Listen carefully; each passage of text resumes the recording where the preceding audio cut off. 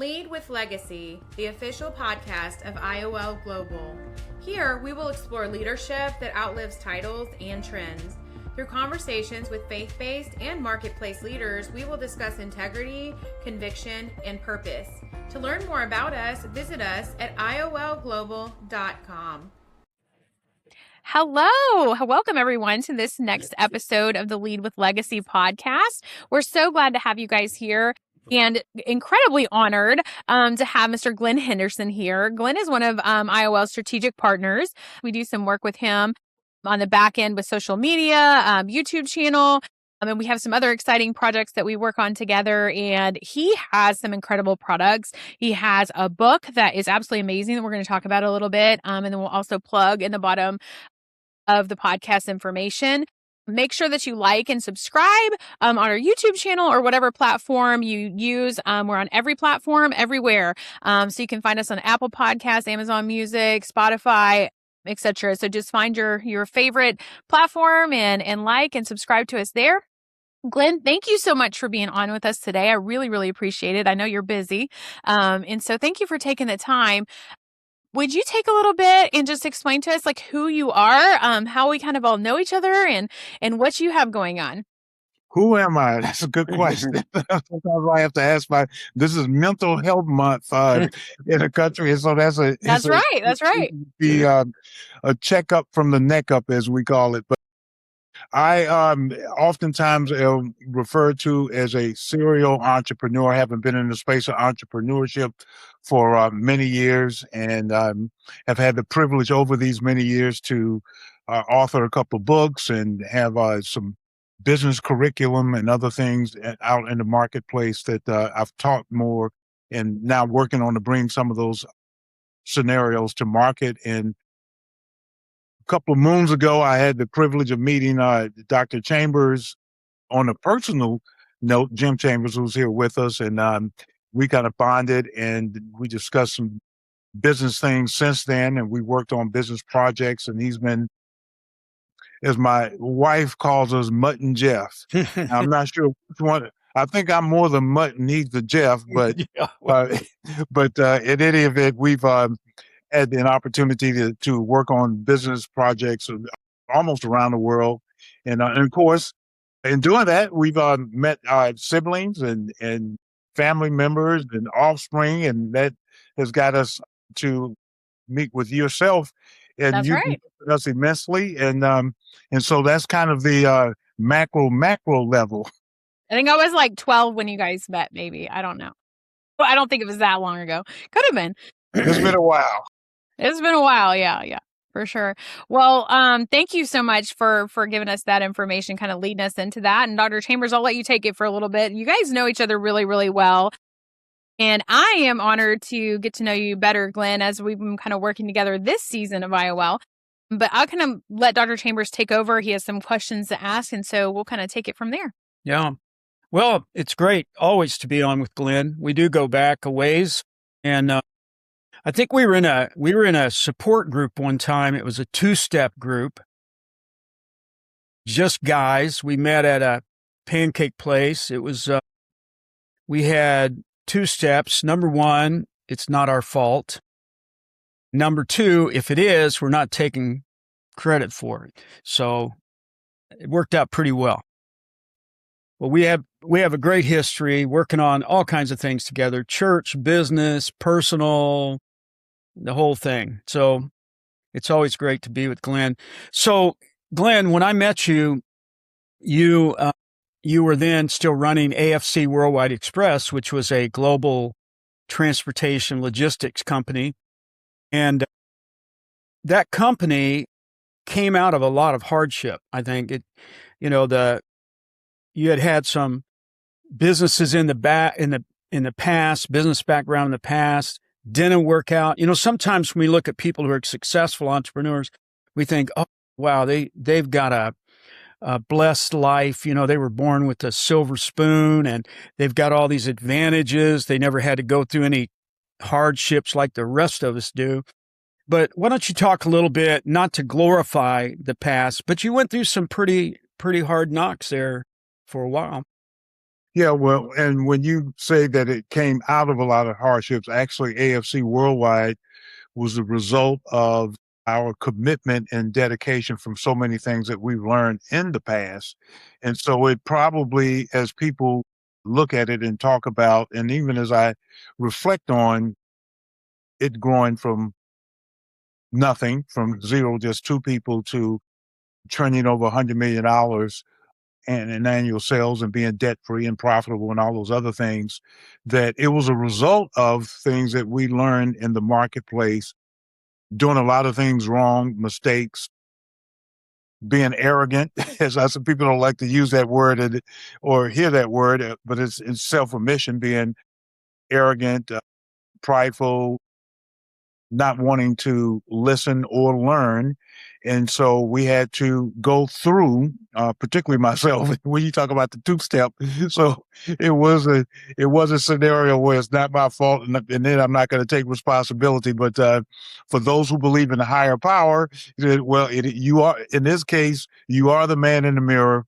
And so I had to give an account for my lack of responsibility regarding my abilities. So AFC Worldwide, we like to believe, and I think accurately reflects years of, and it was years of going through things and really understanding that discipline was a good thing and not a bad thing. And so AFC was a culmination of, I think, a lot of things that we learned over the many years. And we're happy now to teach that. And in the context of why we're here, in the context of legacy and, purpose of being on this planet. Yeah, it's great when you meet people that have learned from things, from mistakes in the past, learned from their weaknesses. Like I said earlier, a lot of times we see successful entrepreneurs in the marketplace and we think, well, they had a easy road. Someone gave it to them. They inherited it or whatever. And there are a few people like that. But for the most part, the people that I've known over the years have had to fight their way through it. You either learn from it or you don't learn from it. And if you don't learn, you're not going to be around for very long, because God has a way of teaching us. He loves us, but he will teach us if we are willing to listen.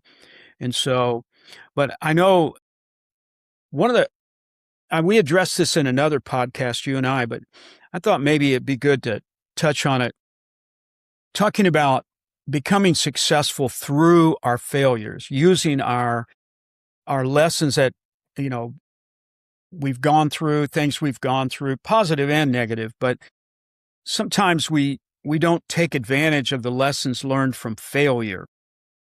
Could you talk a little bit about that?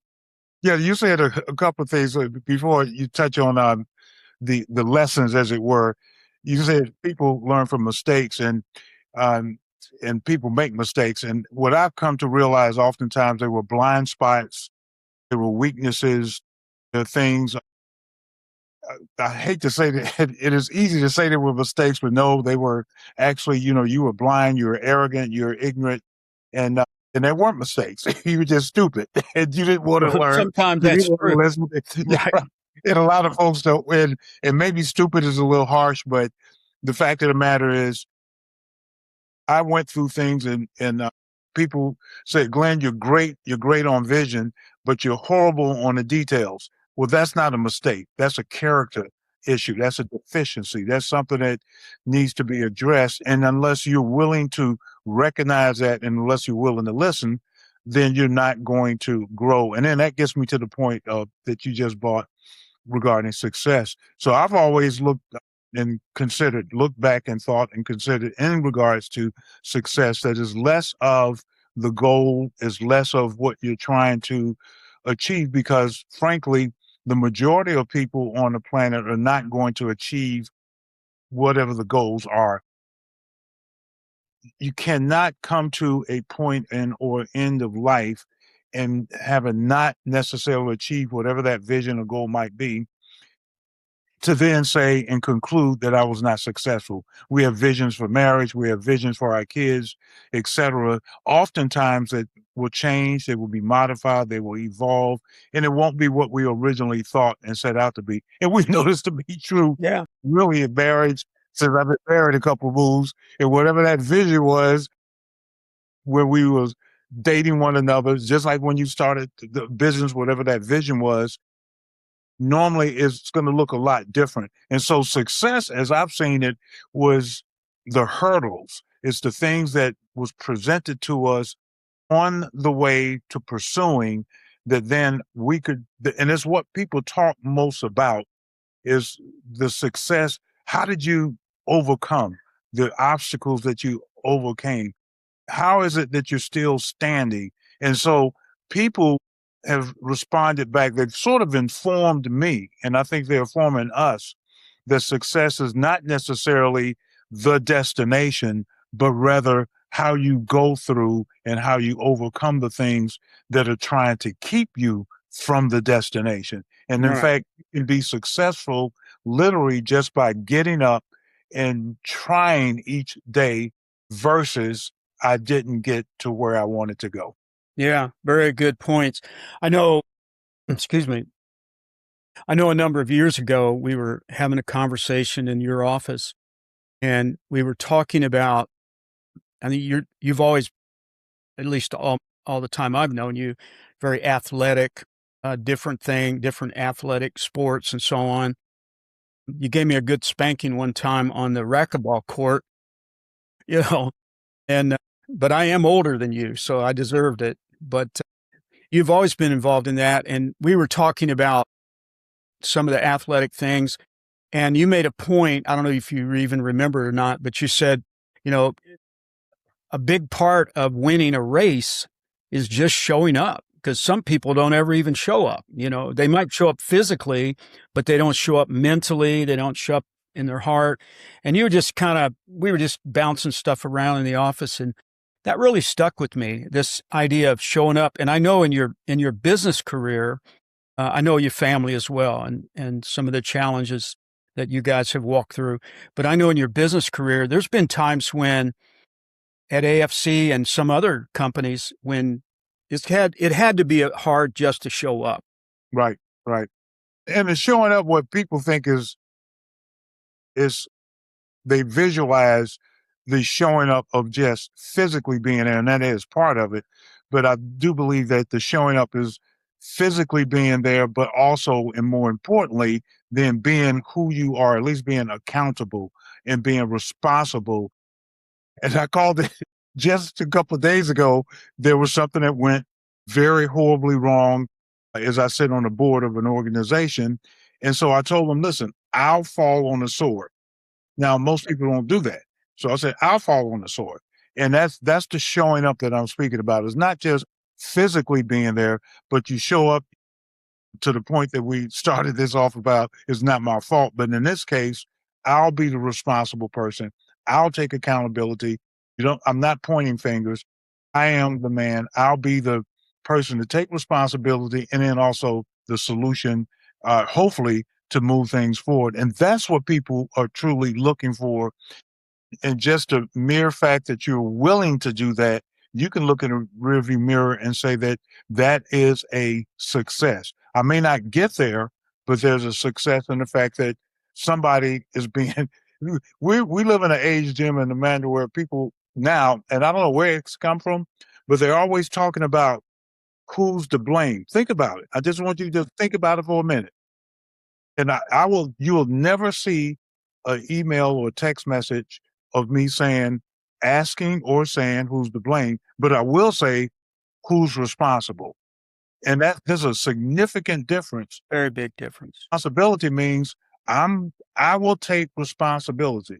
Something occurred. Who's responsible? I'll raise my hand. And people view that, and they said that what a successful organization. I've been told that we're peerless. Now, I know that's not true, but the perception is that there's no company out there like you, because you folks, what you just said, Jim, you show up. And things did go wrong. Things collapsed. But the mere fact that we were not running away or blaming others, but was willing to just show up and be responsible, we see and we have seen that to be a great success, and is what made our organization successful, regardless of if we achieve the original vision that I thought was going to be achieved. Right. Yeah, I know we won't go into the details of it, but I was around with you. Our company was inside your company for a long time. And so we had lots of conversations and working through some things together. And I think that one of the things that I learned out of it, by the way, I don't know if Amanda even knows this, but Glenn's the one who named IOL Global. I do. Yeah, we talked about that. Yeah, it came out of his mouth. I couldn't find a website. I was trying, this is back in the 90s. He had hair, I had hair. And I was so frustrated. I was trying to find a way to put the Institute for Organizational Leadership on a website. His web guy was doing the work for us, and he said, "You have to have a name. You have to give me a name." And so I wasn't good at anything like that, and I kept struggling. And I was on the phone with Glenn one day, and he said, "Well, I just call it IOL Global." And I wrote that down, and I called Greg, the guy was working on it. And he goes, "That's perfect. That works." And so it's been there. It's been there all these years. But yeah, so when you go to our website, we've had it for 100 years now. Just about. Yeah, just about. Yeah, well, I wanted to speak for a second about, the failure and the successes. I know that I personally, unfortunately, sometimes learn so much more when I fail. And then I can kind of pick myself back up and go, okay, well, that didn't work, but this will. And that's that concept of failing fast, right? We fail, we get up, we do it again, we show up, like you said, and we're accountable for the things that we do, and not just for the wins, but for the failures too. That responsibility and that accountability when things don't go right. And not everything is going to go right, but to show that to your teams as a leader is to show them grace, I think, and to show them that there is grace in failure, that we learn by failure, we grow by failure, as long as we do it and do it well. There is such a thing as failing well. You can also fail really, really, really poorly and everything implodes. So I think showing our teams that it is occasionally okay that we fail is giving that grace. It's leading like Christ leads and giving that opportunity and room for growth in that. So I think that's a point in topic. I wanted to kind of come back to that because I think it's important for leaders to remember that. I think we forget that we're in the trenches with things and it gets kind of crazy and there's 100 meetings in a day and you don't know how to manage, what's going on because it's too much. And it's important to remember that all those people swarming around you and doing all the things and on the meetings and setting them up, that they have failures too and they have lives too. And we need to remember to give grace and to pour into them as well. So that's an excellent topic. Yeah, the misnomer, and often, so I use the word arrogance, and it probably fits in that regard, is that none of us are perfect. Okay. Now, all of us, maybe not all of us, but many of us may say or think that we're perfect, but not a single person is perfect. So we may be good at hiding blemishes, hiding weaknesses, those types of things. And so why is that important? We all will stumble and fall. We all will have something that we expected to happen that will not happen, and put that in however you want to characterize it as failure. And if we don't realize that I myself have weaknesses, shortcomings, those types of things, then I'm going to put that on you, and I don't even know how to handle that regarding yourself. So I need to go through, you need to see me to stumble and fall. You need to see me challenged as we work together so that this is how it's handled. I know how to manage it. So it's just too frequently that people have expectations on others. That old statement that we judge one another. I judge you by your actions, and I judge myself by my intentions. Right. Typically, how people manage, and it's just not a good way to manage. Right. Yeah, that's so true. It's important too that, we're allowing that human element, right? The reality of it, the emotions of it, the ability to be a bit real and raw with our teams so that they know too. Like we're all in it together. If we're a team, we're a team. Kind of, like being on a sports team. Sometimes it's messy, sometimes it's raining outside. Sometimes, we have to pick up the messes, but we're all in it together. And so I think that's important as well to remember that. Yeah, Yeah. people are not perfect, and we need to understand that. And I need to understand I'm not perfect, but people are not perfect. And if you don't have and understand that reality and that understanding, you're going to ruin your life and business. Yeah, it's going to be tough. Talk a little bit about showing up spiritually as you're a business owner, you're a speaker, you're an author, you're a family man, you're set on a number of boards and things, and I've worked with you enough to watch you not only show up as a leader, but showing up spiritually. Talk about that a little bit, because the three of us on here and a lot of the people listening to these podcasts are people of faith, come from different backgrounds, but people of faith. What's it like, showing up during hard times, during challenges as a person of faith? Well, as a person of faith, and I'm very much familiar with some of the attributes that our Lord tells us are important in His eyes, and maybe that's one. And I try to do labor, make it a priority. So people talk about balance, and I say there's no balance, but there's priority. And so the first priority is, who am I trying to please?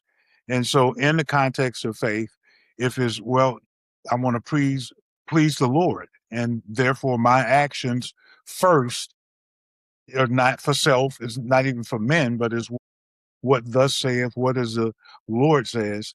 And so some of those attributes, not all, but just some of the fewer ones, low hanging fruit, is if I don't treat you. So the litmus test is, if I don't treat you with the type of love that the Lord has shown me, then how can I say I have a relationship vertically with the Lord? And so that people say, well, what does it have to do with business? Well, in business, you need to humble yourself. You need to be submissive. You need to have a character traits that you're here to serve and not dominate, not lord over people. It's the care, perhaps the irreducible minimum is the care of people, is being, I understand profits, but even our Lord said, what would it profit a man to gain the whole world and lose his soul? And so he's interested in profits too. It's the profits are just different. And so the profits in faith, I've understood first, is to serve his people, to care more for people than for profits, not put money over people, but first people. And if you do that, then the profits, frankly, and actually will follow. And so faith has a significant place. And I think it was the turning point, if you would, in our business and even in our lives, where we said, well, these are God's people, not my people. And you can't just do whatever you want to do. Right. And I think, so folks listening to us today, and we do appreciate all our listeners. It's phenomenal that people would even give us the time of day to listen. But can you think of an example? I'm going to put you on the spot, but think of an example when business stuff, business priorities, opportunities, whatever, came into conflict with your faith in Christ, and you had to make a hard decision. You had to do something uncomfortable. You had to do something that maybe other people didn't understand, but you had to stay true to your faith, as opposed to, maybe making a little more money or getting a little ahead or whatever the case may be. Well, there's numerous, but I'll give just two real quick. I recall early in our organization when it was just my wife and myself, and we were desperate for business. We were trying to run the organization, and grow it, find new customers, etc. And we had someone who wanted to work with our organization, and they simply said they wanted to know about this Jesus that we spoke about. And it was sort of time stopped, and we had to prioritize. And we said, well, is it more important for us to go out and make a sales call and attend to the business needs, or should we? And literally, this person was in tears and said they wanted to know about this. They were hurt and broken. And so we forwarded our phones to the answering service, and we spent the next several hours with this individual, sharing with her about the love of Christ. And it was an amazing scenario. And that was a sacrifice. That was in our minds at the time. We needed business. We needed to be out trying to grow business. But I want to say you could hear a voice, but it wasn't. It was an inner voice. And it said, now you're going to take care of the kingdom business, or you're going to try and take care of your business. And I said, well, Lord, we're going to take care of the kingdom business. And that also happened to us with when I went to a company by the name of Kraft Foods in Chicago. And this lady, this really happened. She said, for some reason, I feel like I should tell you something. And I had an appointment. I was supposed to be somewhere. And once again, the exact same thing happened. Are you going to listen to this person, or are you going to go to the appointment? And I never got to the appointment, but then later on the people call and say, we want to do business with you. But so there's so many stories, but let me give one last one that's very, very important. When I say there's many, I remember that we were moving some 747s for a customer, and I tell his real account, and the 747 was like $600,000 each. And we had 10 of them that we had to move. And you have to pay cash up front and all this other stuff. So we moved the 747s, we made the deliveries, and they overpaid us. And they overpaid us by $600,000 for one more. And so I said, ain't the Lord good? Thank you, Jesus. I was singing songs and melodies from heaven, and things finally, you hear it from heaven, and God's turning things around. There was no, I want everyone who hears this, there was no fork in the road. There was no time of decision making that I had to make in my heart. I knew that this was not mine. And so I did everything I possibly could to get the money back to the customer. And what the Lord told me, even while this was unfolding for people of faith, he said, other people are watching you. And so this wasn't necessarily just a test, but let's say a testimony, and where your faith is to shine because your staff is watching you. They knew we were overpaid. And what was amazing, guys, is the company that we were sending this money back to, they were probably $150 billion organization. And so they said $600,000, not even a rounding error. They were basically saying, we don't even know this, but we were committed, and I was committed to making sure that, because people will see in leadership. Yes. So we talk about leadership and legacy. If there was compromise, if there was a moment of hesitation, if there was, well, I wonder what I should do, then your staff, your accounting department, the people who are working with you, they all see that. Yes. And so when you talk about faith in business and moments where I want to say less of a test, but more of an opportunity to prove that you're a disciple of Christ. I'm not going to say there's a passage. It says, I lead you in the desert all these years to test and see what's in your heart. And oftentimes, it's not pass or fail, but it's to reveal. Mm-hmm. So during this time, it revealed what was in my heart. Right. Right. Yeah, I can say too, I've had such a unique and precious opportunity to grow up with all of you as mentors in my life, and to learn those lessons, and to really have those as a part of who I am and how I run business, because it's so, I say that because you guys instilled all of that into me. My dad, my mom, Glenn, you and Regina, all the people that I was uniquely positioned to be raised up in and raised up through, gave me an opportunity to see your testimony and the things that you did, and that you were serving God and you were serving other people. And because of that, you were continually blessed. Maybe it wasn't always financial, right? Because it may not always just be $1 bill or $100 bill or $600,000, but there are blessings that come. And so I was very, very blessed to have that precious upbringing and that training and that guiding. And so I also put high value on that. What we're gaining monetarily is not nearly as important as the conversations that we're having, the relationships that we're building. Even just since we reopened IOL, I've had a unique opportunity to do some executive coaching with some high level executives. And honestly, I've had more oftentimes than not, we've been on some one-on-one calls and it's just like, hey, can I just pray with you? And I'll just pray with them. And they're like, wow, thank you. Nobody ever does that, and it's like, well, I think it's a good idea. We should just pray about it. I think we could talk it to death all day, but I think we should probably just pray about it and give it to God for right now. And I think that's so critical. I think a lot of times that gets missed in corporate, or we get nervous about that in corporate, and we really have to listen to the Holy Spirit's lead. And again, when there's issues like that and you're overpaid, and it's easy to go, oh, okay, thank you, Jesus, I'm so glad. But it's not right. You wouldn't have received near the blessings if you hadn't have had the testimony to show. You have no idea the impact that probably made on people. Like, wow, look at this guy. He gave that money back.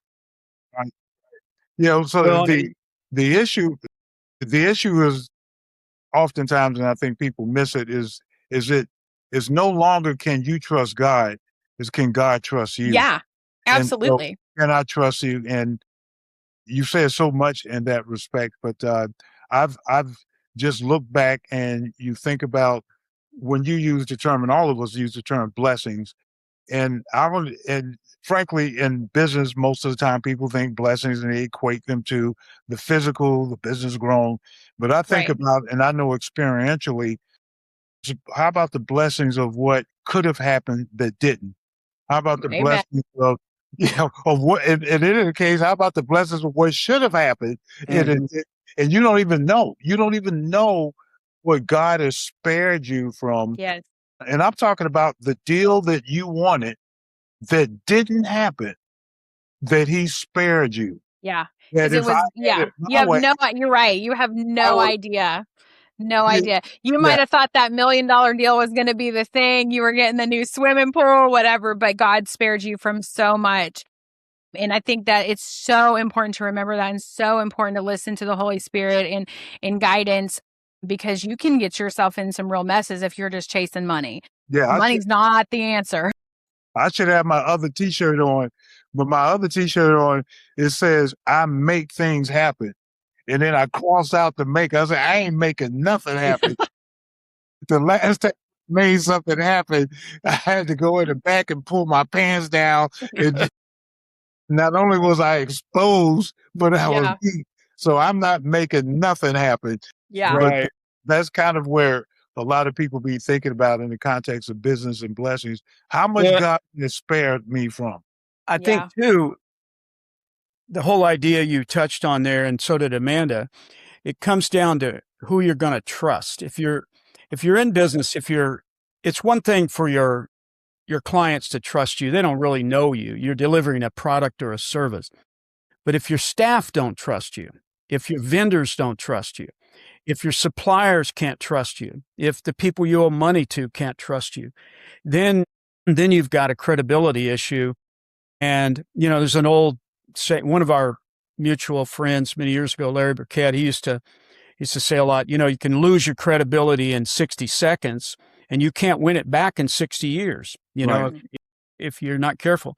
And so that idea of being trustworthy day in and day out, and it's not easy. It's not easy. There's, temptations and challenges at every level.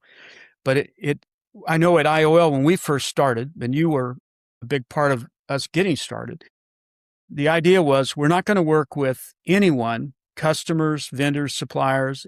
We're not going to work with people that we can't trust. And we didn't qualify it and say we're only going to work with people of faith or not faith, or this particular.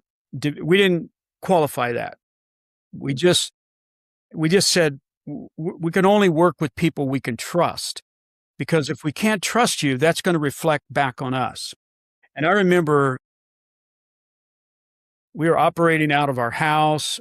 I had left my role at Mount Perrin, and we needed to generate revenue, and there were easy opportunities to go after. But I knew in this one case it would have been pretty easy to get a big contract right away.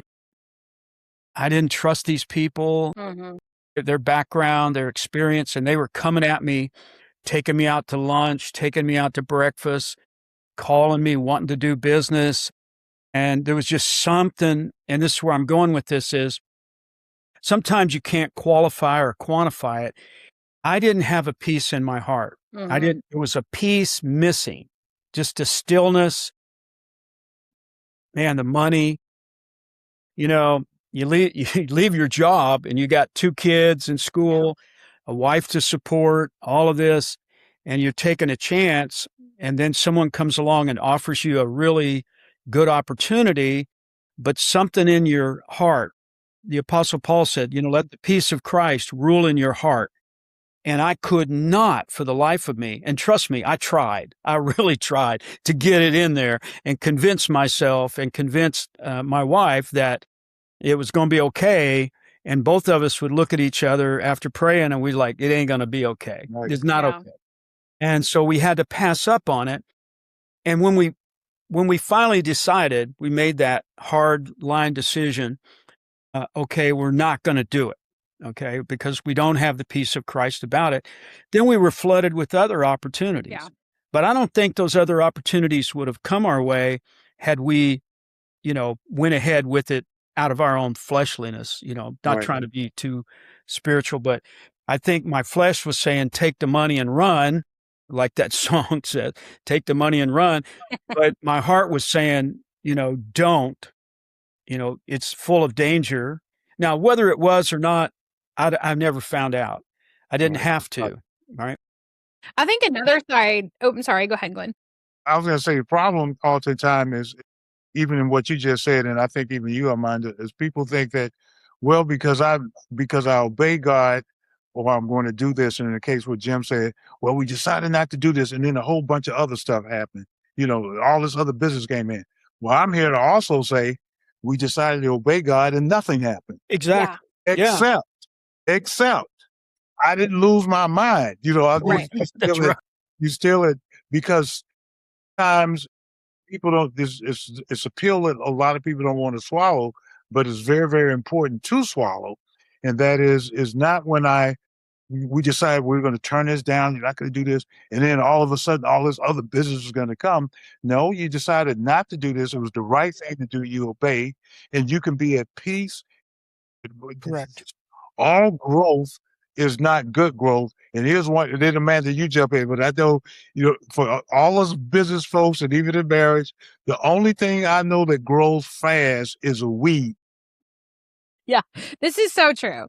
And so what I was going to say is, on the other side of that too, we have to have faith that if we are following God's plan, that it is going to work out, right? So I think a lot of times in business, I think this is probably one of my biggest struggles is, God will say, do this or do that. And then I do, and I'm obedient. I don't have a super hard time with the obedience part. It's the believing through it, not trying to, I know that this will happen. This will come to fruition. You asked me to do this. I did it. And now it's the waiting, right? And so the waiting is very hard sometimes, because you may be looking at the statistics, or you may be looking at, all the charts and the metrics, or you may be looking at the bank account going, okay, God, I know you asked me to do this, but this does not look like it's working out very good. And so it's the waiting in that, and the trusting and the faith in that, okay, I asked you to do this. I said I would follow through for you. I'm the provider. I will provide, meaning God saying this. And we have to let him be the provider. Now, does that come through different ways and different clients and different opportunities? Of course it does. But again, it's like Dr. Chambers said, is sometimes you have to say no to what looks really good and shiny. Right. And like you said, Glenn, it might be a waiting period. It may not be that the next thing comes right along. You may have to wait a while. You may have to struggle a little bit. You may have to tighten up a little bit.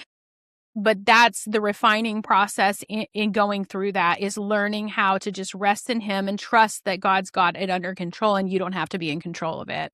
Yeah, well, what people really need to look at is, and let's say if they could, and they should, hit the rewind button on what you just said and notice what you said, God's plan.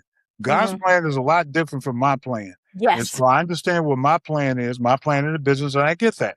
But his plan, if we really believe this, the Isaiah 55, that my thoughts are higher than your thoughts and my ways are higher than your ways, whatever my plan was, and this is very true, whatever my plan was for the logistics company that John speaks of, it was AFC Worldwide Logistics, the end result, net, what God did, took us through, kept us from, was much more significant than what my vision was. We look back and we said, what an unbelievable organization. Now, that was God's plan. And it was him taking me through things. And I wrote myself a note not long ago. I said, do you know how many things that I would have delivered myself out of that God didn't? Yeah. This Absolutely. And I think, Dad, you could attest to the same with IOL. You know, there were times when you guys it was kind of feast and famine sometimes. And then, you know, once you guys were really kind of in the thick of it and following God's plan of it, then you guys had an apartment in the Bahamas. Now, it doesn't always work out that way, right?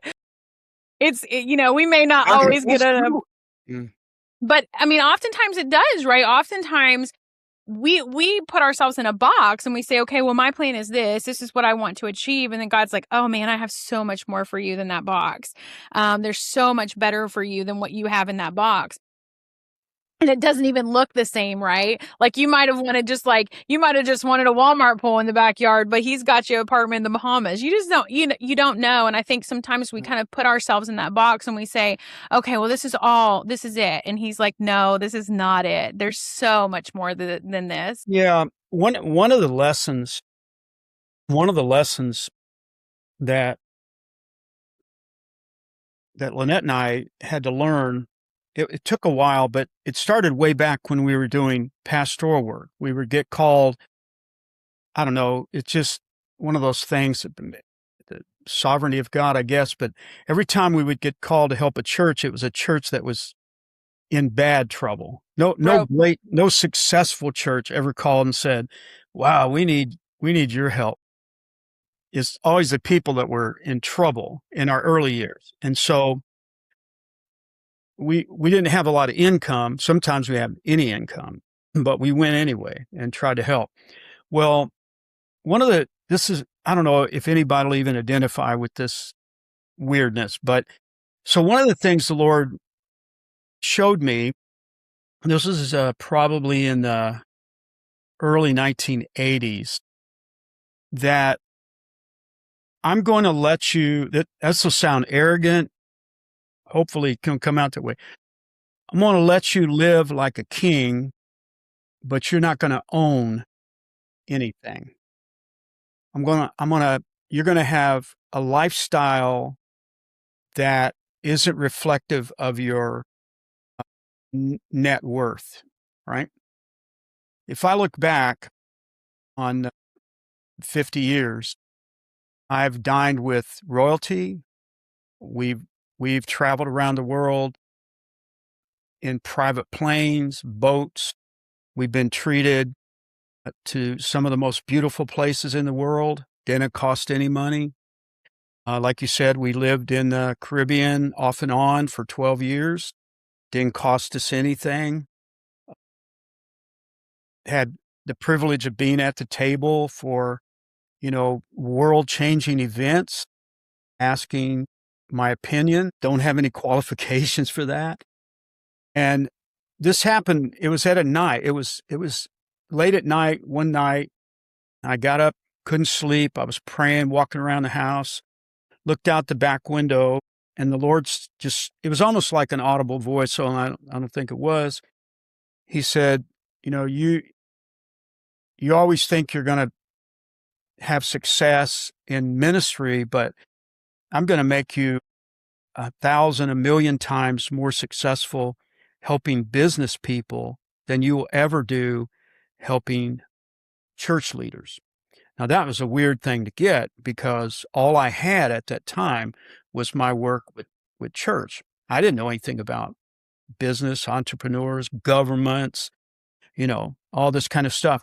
But this came true over a few more years. It started to come true. One story about it was I was invited before the first G8 summit. I was invited to meet with a bunch of technical people from the banking industry in the Caribbean for a conference. And I was there all week, sitting in a room full of what I think were some of the smartest banking people in the world. And I'm sitting in this room all week. I didn't say anything because I don't even know what they're talking about 90% of the time. And so I didn't even know why I was there. I actually just felt embarrassed, to be honest, to take up a chair. At the end of the week, the gentleman chairing this group, we took a break, went in the restroom, and, men don't talk in the bathroom. Women go in there and have a conversation. We just do our business. We got to take friends. Yeah, you had to take friends, hang out on the couch. So I was washing my hands, and he looked over and he said, Dr. Chambers, you've been listening all week. What do you think we should do? Should we go left? Should we make this decision? Should we go right, make that decision? And I said, well, with all due respect, sir, I would probably go left. And I left.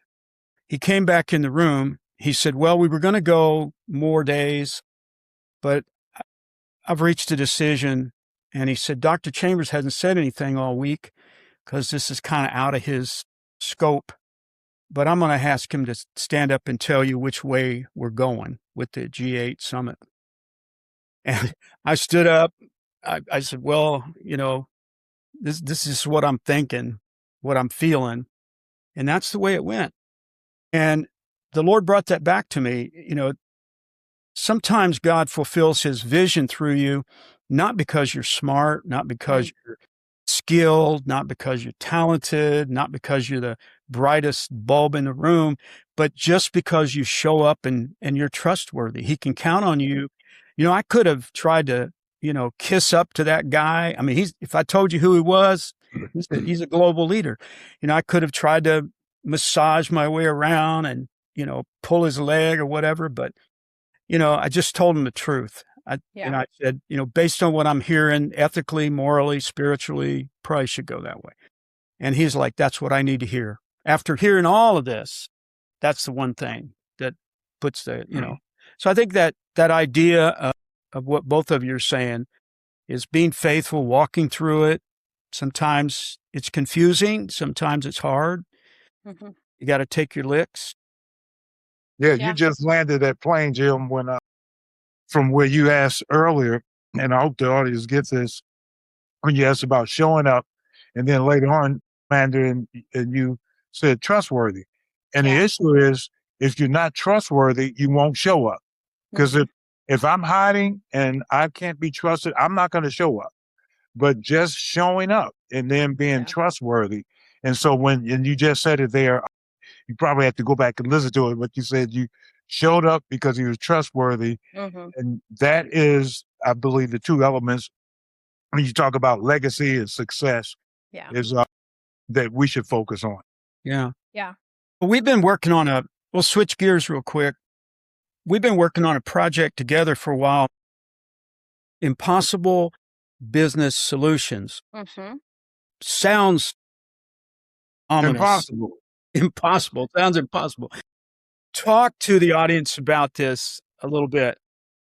Well, Impossible Business Solutions, I am so excited. I think, once again, going back with what Amanda says, God's plans and understanding purpose and legacy and all those things. Actually, it's an organization that now has been founded. The project, there's a project embedded in the organization called Impossible Business Solutions, which is Project Zodiac. Mm-hmm. And it's going to focus on, and was born out of the many stories over these countless years that I can count them, but I won't. I won't tell you how many. So these many years that I've been out in the marketplace, working with small businesses, mid-sized, and also working for major businesses, and oftentimes the many horror stories that exist out amongst these businesses, what things fail, why things fail, and what's going on in the marketplace. And so I did just a quick examination of the need why big businesses must have small businesses. They cannot grow and thrive without small business, and even vice versa. And that was the Zodiac concept. And that was just taken from, just real quick for our audience, cruise ship could navigate the high seas, but there's many places that a cruise ship cannot get to. Mm-hmm. And the only way it could really fulfill its purpose and mission is to have a Zodiac, a small vessel that can go into the small places. And of course, the Zodiac can't get across the high seas. It needs the larger cruise ship to do so. And so the concept was how to get the small businesses and larger businesses where they can really thrive, and then avoid a lot of these horror stories that we hear that are occurring out in the marketplace. And so the simplified view is that we're basically looking at the wrong things. And that's kind of been said throughout this entire podcast today, is, oftentimes we look at the things that are seen versus the things that are unseen. And that also, for people of faith, should resonate with them, because we know that in 2 Corinthians 4, it says we should look at the things that are unseen and not the things that are seen, for the things that are seen, the temporary things that are unseen are eternal.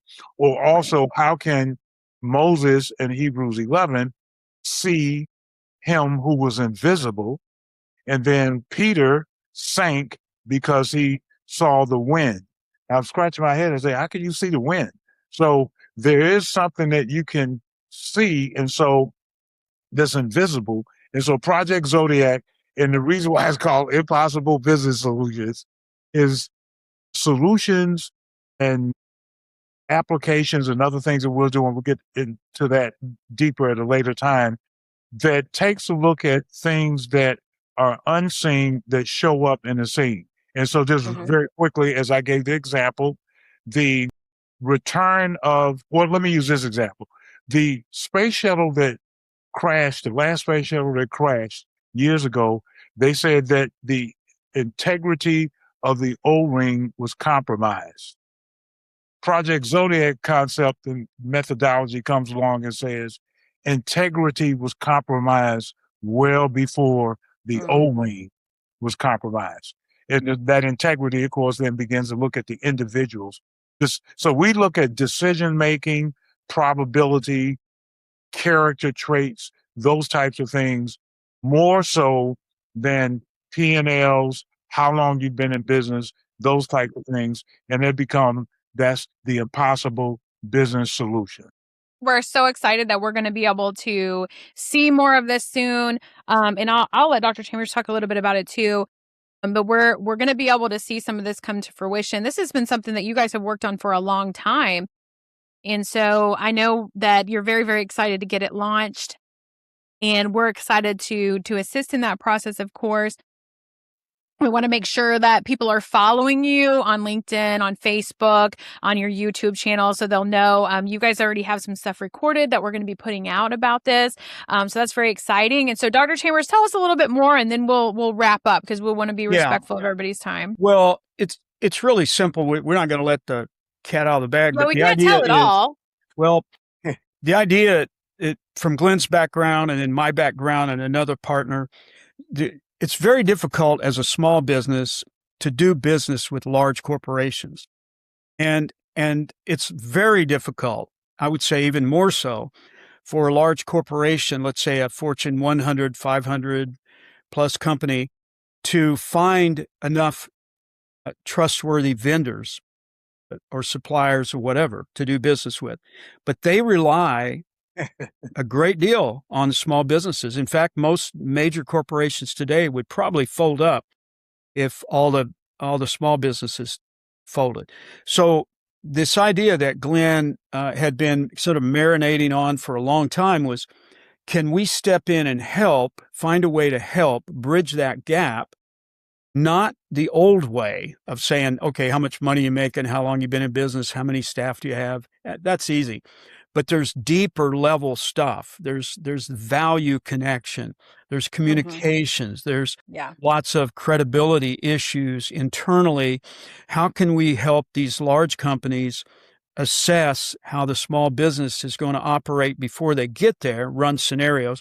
How can a small business understand that they can tool up to do business? Because let me tell you, as a small business owner, you might be ruined by getting a contract. You might get a $40 million contract and you can't do it, and you're going to go out of business because you can't bit off fulfill more it than you could do, and you don't have the leadership capacity or whatever. So we're just working through what I think in the marketplace, I think Glenn would agree, looks impossible. There's just no way to bridge that gap. But why not give it a shot? Why not try to fix that? I think I remember who said this, Glenn. Probably several people, but years and years ago, I heard someone say, the best business in the world is to find a problem and fix it. Find a problem. If there's no problem, there's no reason to have a business. And so, find something that's broken, find something that isn't working, come up with a reasonable solution, and you've got something. And I think that's kind of what we've been working on back and forth. In fact, I'll be getting on a plane here in a few days and heading back down to work on it some more. So pretty excited about that whole idea. Also want to plug the book, Glenn's book, Awaken. It's been out for a while. It's came out of his time during COVID. He called it just musings and, ideas and thoughts. Got some really powerful stuff in it.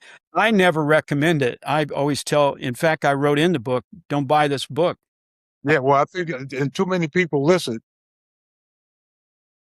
No. And you can find the book on Glenn's website at glennhenderson.com. You can also get links to it on our website as well. His YouTube, we have it pretty much everywhere. If you can't find it, there's a problem. So let me know. Paul, I will. My thing about not buying it is I read it. It made me really uncomfortable. I had to change my mind about some things. Well, that's a good thing. We try to get you to move. But Amanda, I know, and Jim, I do appreciate your time. I just want to leave two things on the Possible and Awaken. The people do business, and that's what Impossible Business Solutions was designed to do, is to help us think through these facts. The people do business with people that they like and that they can trust and want to do business with.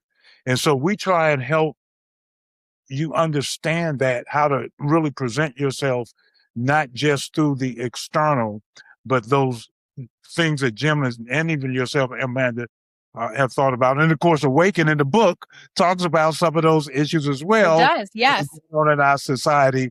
And so hopefully it's a full picture in that regard. Yeah. So Glenn, name a leader or leaders who have influenced you and tell us why. Name a leader or leaders. Well, so a leader or leaders.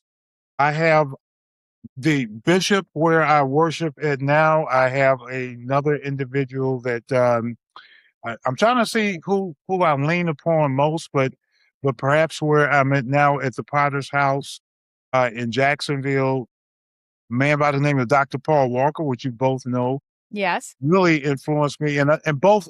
So here's what I will say about those two. And they're in the context of the spiritual. They cared about people. Yeah. So I can see their heart and care about people. And so that really has meant quite a bit to me in that regard. Yeah. And I know them both too. And I agree. Two of the most caring, Dr. Walker's passed now, but two of the most caring leaders.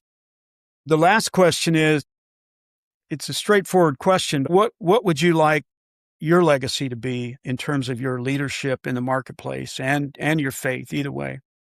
Well, it's my life verse, if there is one, is Matthew 6:33, and that's seek first the kingdom and his righteousness. Thank you, sir. I appreciate you so much. I'm so grateful for you. Thank you.